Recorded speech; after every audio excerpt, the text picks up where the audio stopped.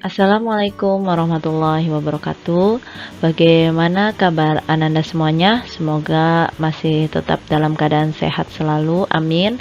Jangan lupa tetap jaga kesehatan ya, biar tetap semangat belajar dan semangat dalam menuntut ilmu.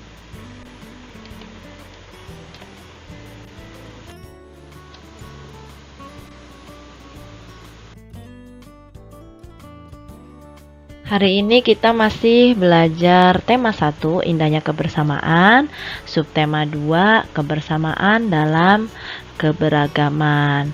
Jangan lupa kalian siapkan buku penanya dan alat tulisnya untuk mencatat hal-hal yang penting ya.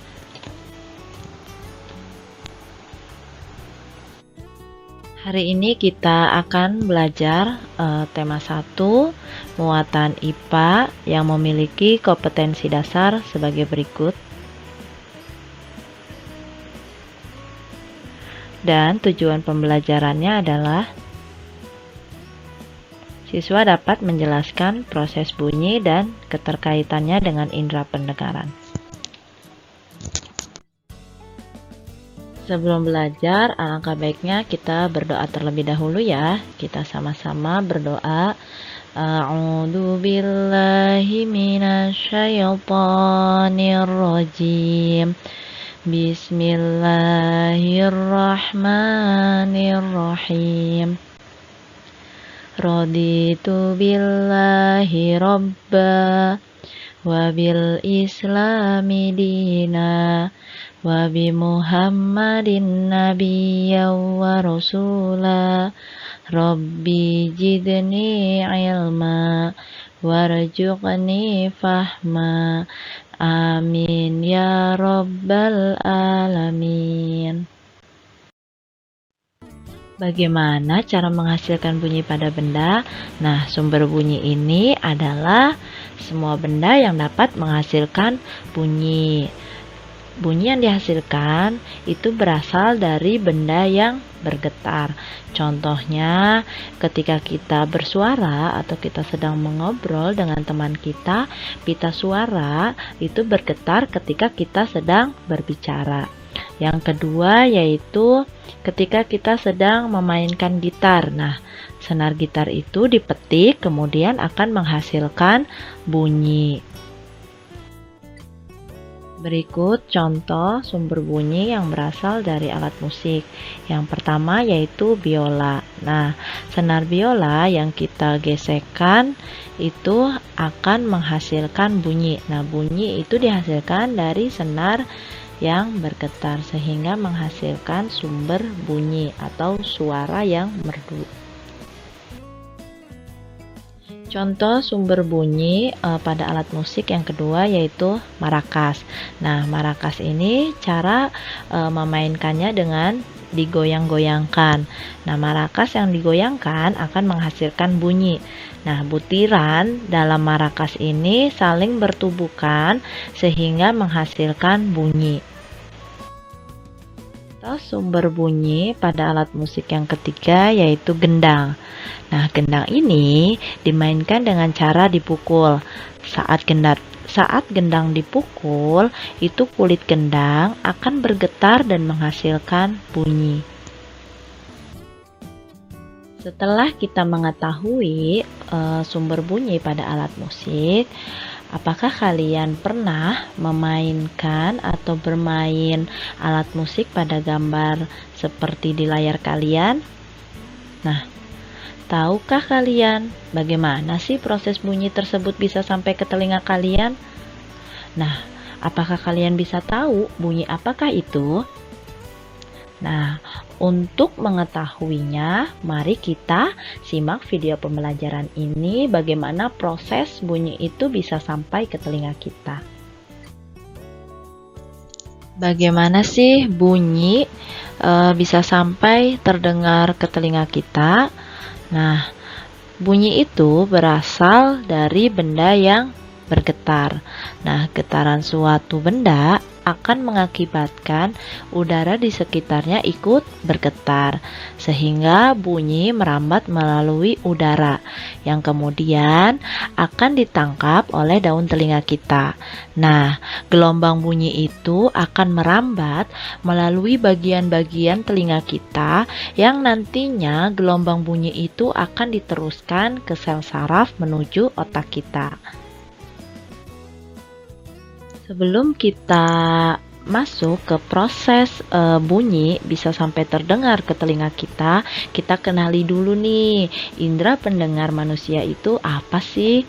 Nah, indera pendengaran manusia itu berupa telinga.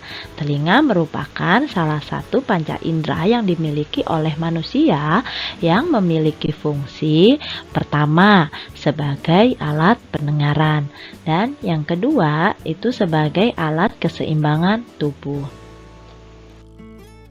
Setelah kita mengetahui telinga kita merupakan salah satu alat panca indera dan fungsinya sebagai alat pendengaran dan sebagai alat keseimbangan tubuh. Nah, telinga kita juga memiliki bagian-bagiannya loh. Apa aja sih bagian-bagian yang ada di telinga kita? Telinga kita itu memiliki 3 bagian. Yang pertama, telinga bagian luar. Yang kedua, telinga bagian tengah. Dan yang ketiga, telinga bagian dalam. Nah, kita simak ya bagian-bagian telinga pada pembahasan selanjutnya. Ini ada gambar bagian-bagian telinga beserta fungsinya. Kita bahas satu-satu ya. Telinga bagian luar, di sini ada daun telinga.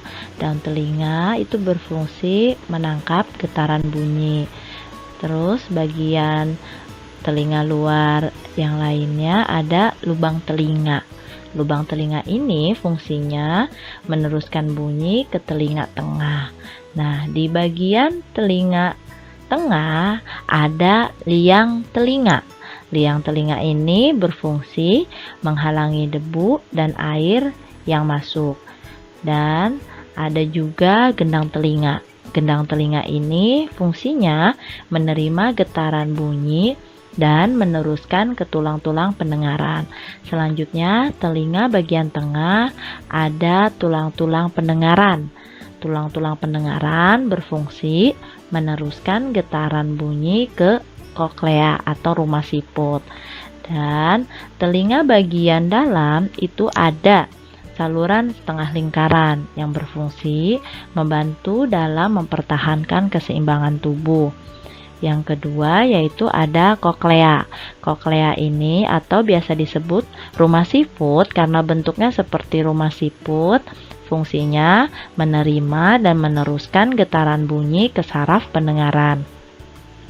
Telinga bagian dalam ada juga saluran eustasius. Fungsinya menghubungkan ruang telinga tengah dan faring. Dan yang terakhir yaitu ada saraf pendengaran yang berfungsi meneruskan bunyi ke otak. Ini adalah bagian-bagian telinga yang kita miliki. Membahas proses terjadinya bunyi.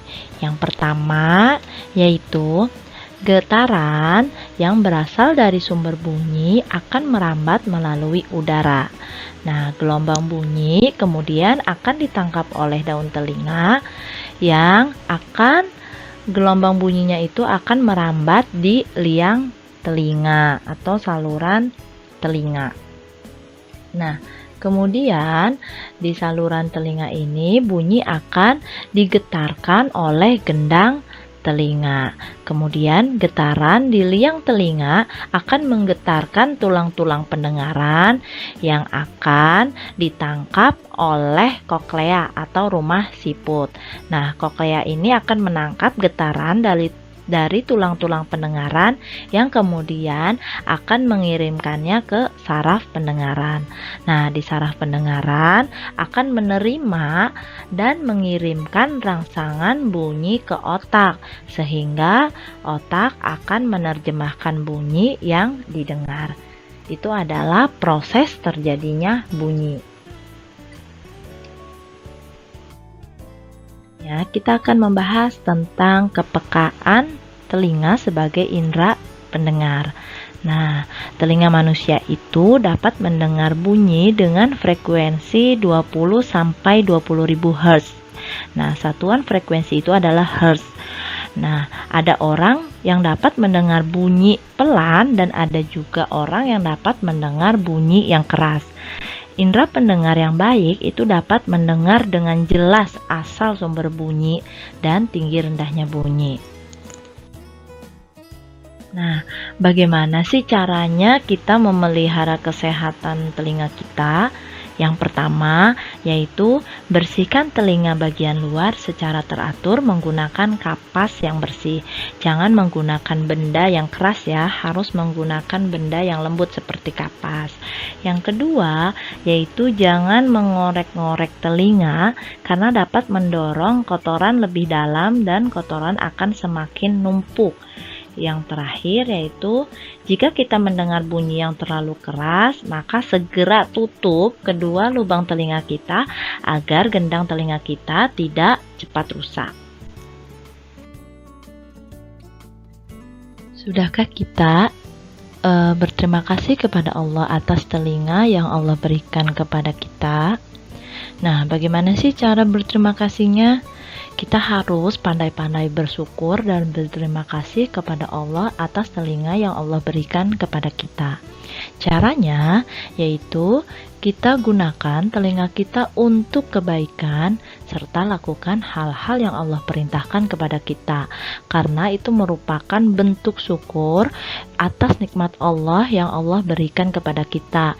Karena banyak sekali nikmat Allah yang Allah berikan kepada kita, sehingga sepatutnya kita harus bersyukur dan berterima kasih dengan sering-sering mengucapkan Alhamdulillahirabbil alamin. Pembelajaran hari ini bisa kita kaitkan dalam Quran Surat Al-Baqarah ayat 152 yang artinya, karena itu ingatlah kamu kepadaku, niscaya aku ingat pula kepadamu, dan bersyukurlah kepadaku, dan janganlah kamu mengingkari nikmatku. Nah, di surat Al-Baqarah ayat 152 ini menjelaskan bahwa kita harus bersyukur kepada Allah atas segala nikmat yang Allah berikan. Dengan cara tadi kita sudah mempelajari bagian-bagian telinga beserta fungsinya, serta bagaimana cara merawat telinga.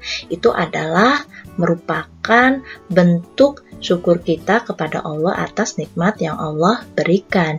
Jangan sampai kita mengingkari nikmat yang Allah berikan dengan cara merusaknya dan tidak merawat telinga kita dengan baik. Alhamdulillah, pembelajaran hari ini telah selesai. Marilah kita sama-sama membaca hamdalah. Alhamdulillahirabbil alamin. Tetap patuhi protokol kesehatan. Ingat 4M ya, yaitu memakai masker jika keluar rumah, menjaga jarak, selalu mencuci tangan, dan selalu meminta perlindungan kepada Allah. Tidak lupa kita selalu berdoa dan kita memanjatkan doa semoga diberikan kesehatan, selalu diberikan kesehatan dan dilindungi dari wabah penyakit yang berbahaya. Semoga pandemi ini segera berakhir sehingga kita bisa bertemu secara tatap muka. Kurang lebihnya mohon maaf. Wassalamualaikum warahmatullahi wabarakatuh.